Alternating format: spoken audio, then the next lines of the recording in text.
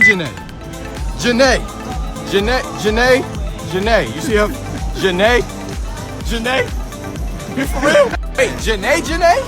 He was saying it live, so that's it. Hi guys, so today we're talking about Jhené Aiko. So I was watching the Super Bowl and it was I think she did a lovely rendition of, the Stars Spangled Banner, and that was something that made me say, hold on, there's Big Sean. So that's when I found out that Jhené Aiko and Big Sean were back together. They first met each other back in 2012, and back in 2016, I think things started to get a little romantic, and she was married at the time. Many people did not know that she was actually married to a Nigerian-born producer, and her ex-husband's name is Dot the Genius. And they announced they were married in 2016, and later that year in August they announced that they were divorcing.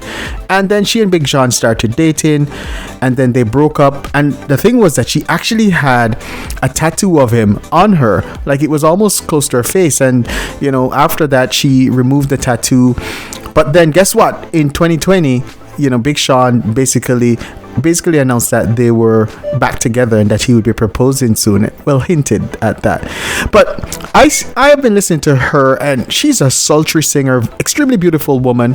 And she is from what they call multi-generational mixed, because she has a very interesting mixture in that her mother is like a mixture of Spanish and Japanese.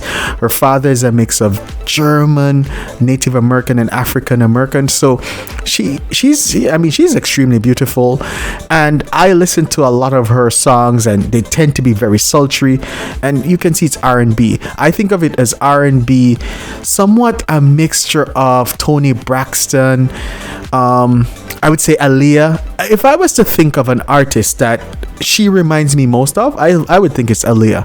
And I think she's been doing quite well. And interestingly, when she started out, she got pregnant, I think around age 20, for Orion. And I was like, who the hell is Orion? Orion is actually Omarion's brother.